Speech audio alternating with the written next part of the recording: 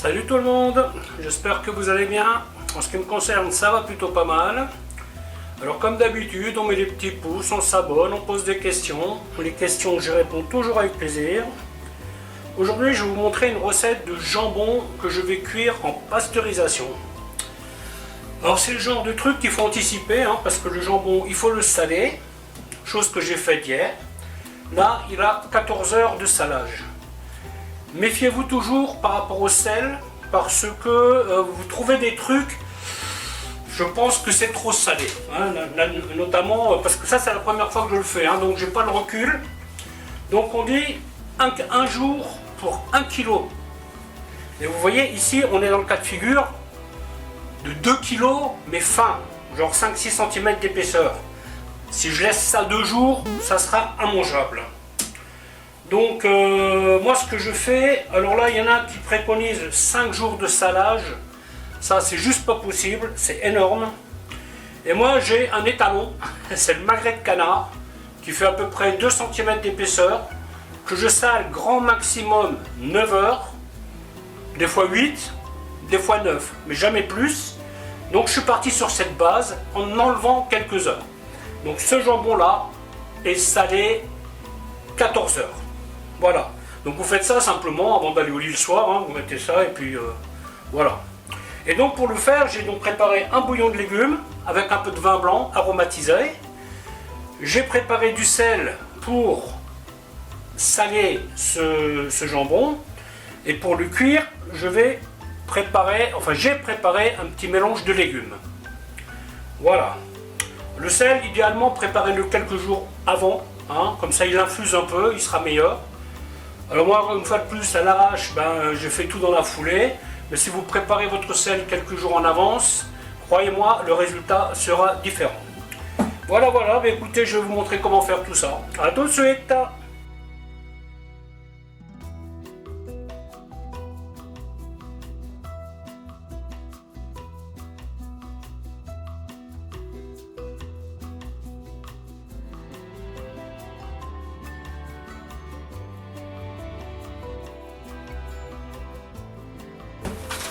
La particularité de la recette d'aujourd'hui, c'est que je vais utiliser des opercules qui ont déjà servi, parce que ce jambon-là, on ne va pas le garder longtemps. Il va être conservé au frigo. Faites bien attention qu'il soit propre et pas abîmé. Vous avez une vidéo sur la chaîne qui vous explique comment les récupérer. Voilà, donc là, voici le jambon après 14 heures de salage. Et donc là, on enlève le sel. Le sel, vous pouvez le réutiliser. Il faut juste le laisser sécher. Et quand il est bien sec, vous le mettez dans un bocal pour une prochaine série. Alors, une fois de plus, j'ai hésité pour les bocaux. Et au final, je vais prendre ceux-ci qui sont un peu hauts. Je pense que la taille en dessous aurait pu le faire. Mais là je vais mettre des légumes, ça fera un peu de bouillon, ça sera pas mal aussi. Je suis pas sûr que j'arrive à en faire 5. Je pense que je vais plutôt être dans les 4.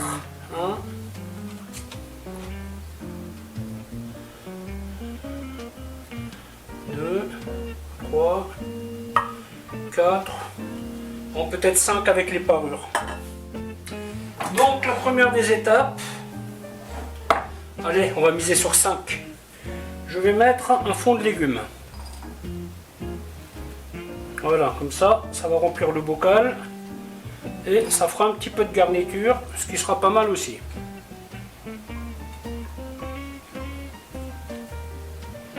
Bon, vous pouvez mettre le légume que vous voulez, ou si vous voulez pas en mettre, n'en mettez pas. Ça, c'est libre à vous, toujours pareil. Moi, je vous donne une base.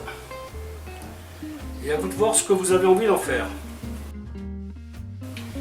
Ensuite,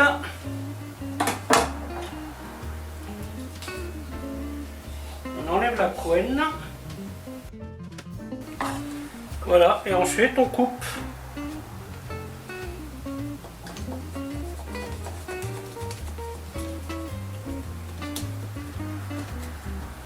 Le mieux c'est de protéger ses mains quand vous faites ça. parce que ça serait vraiment bête de se couper, quoi. Hein.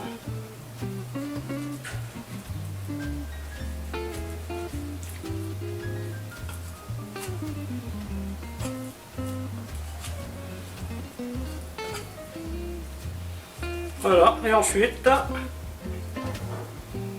on met dans le bocal.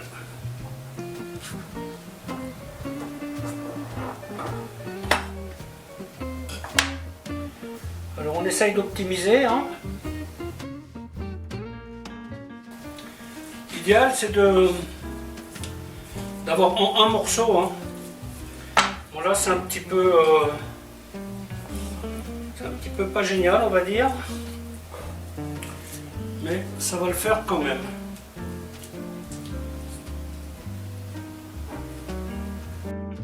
On va peut-être enlever un tout petit peu de graisse. Alors la graisse, je la laisse exprès, hein, parce qu'elle me fera une petite liaison qui va être sympathique. Voilà. Bah, finalement, vous voyez, ces bocaux-là, bon, c'est vrai que j'ai chargé un peu en légumes. Alors, comme je le dis à chaque fois, hein, quand vous utilisez des couvercles qui ont déjà été utilisés, ne faites pas une masse, vous voyez. Vous faites, si par exemple vous mettez en pasteurisation un petit reste de bourguignon ou un truc voilà, que vous ne voulez pas manger tout de suite mais vous ne voulez pas le perdre, donc vous pouvez les utiliser. Hein. Et là vous avez l'exemple, hein. Le 25-3 j'ai fait de l'échine. Vous voyez, le couvercle qui tient bien, hein, sans problème, et pourtant c'est un couvercle qui a été utilisé. Par contre, maximum 2 fois. Hein, ne réutilisez pas tout le temps les couvercles. Hein. Vous faites une fois, 2 fois et puis c'est tout. Ensuite, on va mettre une petite feuille de laurier. Là, je vais quand même enlever un petit peu de légumes en dessous. Voilà. Parce que je suis un peu à la limite trop haut. Voilà, maintenant c'est mieux. Voilà, maintenant je suis plus bas que les autres, c'est classique. Alors concernant le bouillon, je ne me suis pas cassé la tête. Hein, j'avais un mélange de légumes au congélateur. J'ai tout simplement fait cuire avec un peu de vin blanc, du bouillon de volaille, des aromates que j'ai mis dans ma petite capsule là, très pratique quand on ne veut pas les morceaux dedans.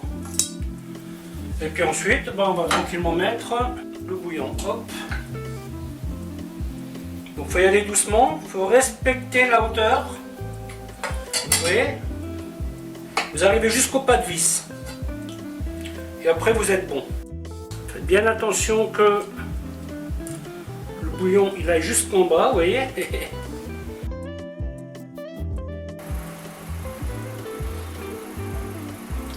Voilà, donc le moment est venu de finir, de les mettre en cuisson. Hein. Donc là j'ai préparé ma casserole avec un torchon au fond, éponge propre. L'éponge que j'utilise, je fais que ça avec, hein, donc, parce que là il faut bien insister sur la propreté, qu'il n'y ait pas de gras, qu'il n'y ait pas de morceaux, si vous voulez que ça tienne.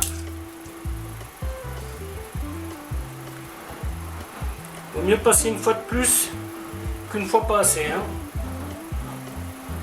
Donc là on part sur 3 heures. Hein. Toujours bien vérifier les opercules, hein. Prenez pas de risques inutiles. De toute façon s'ils sont pas bons, vous le saurez tout de suite. Hein. Parce qu'ils ne tiendront pas. Voilà. Ensuite on serre. Hop. Et zoom.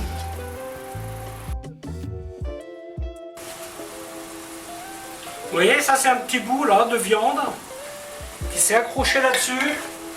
Et ça peut empêcher le sous-vide de se faire. Hein. Vous voyez, comme quoi.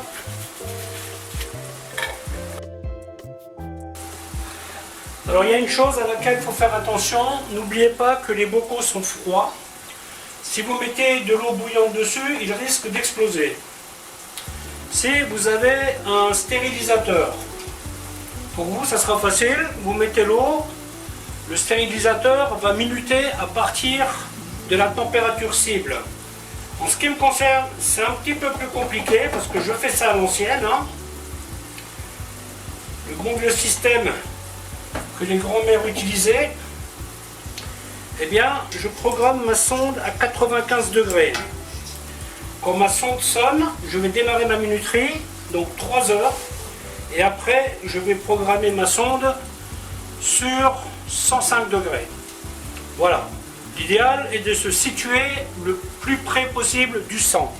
Aujourd'hui, ça ne sera pas un souci, parce que vous voyez, j'ai beaucoup d'espace, donc ça risque pas d'éclabousser partout. Mais quand j'ai plusieurs couches de bocaux, des fois, je suis plus aux alentours des 96-97 que des 100. Voilà, mais écoutez, la vidéo va s'arrêter là, en espérant qu'elle vous aura plu. Alors, je vous dis à bientôt pour une autre recette. Bye bye!